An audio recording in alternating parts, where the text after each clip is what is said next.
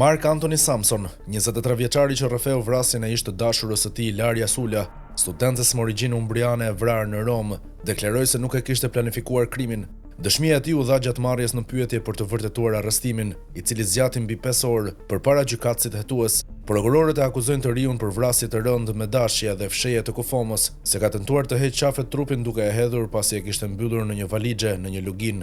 I dyshuari shpjegoi se e reja kishte shkuar në banesën e tij në Via Homs, në lagjen afrikane, në mbrëmjen e datës 25 për t'i kthyer disa nga rrobat e tij. E reja sërish sipas ishit do të kishte qëndruar deri vonë në mbrëmje dhe për këtë arsye preferoi të flinte me ish të dashurin për të shmangur transportin publik. Sipas djalit, të dy së fundmi i kishin dhënë fund një lidhje që kishte vazhduar për disa muajsh me ulje ngritje. Unë i bëra të gjitha vet, u shpreh 23 vjeçari filipinez, ndërsa në pyetjet e gjyqtarit hetues për rolin e prindërve ai u ushtroi të drejtën për të mos u përgjigjur.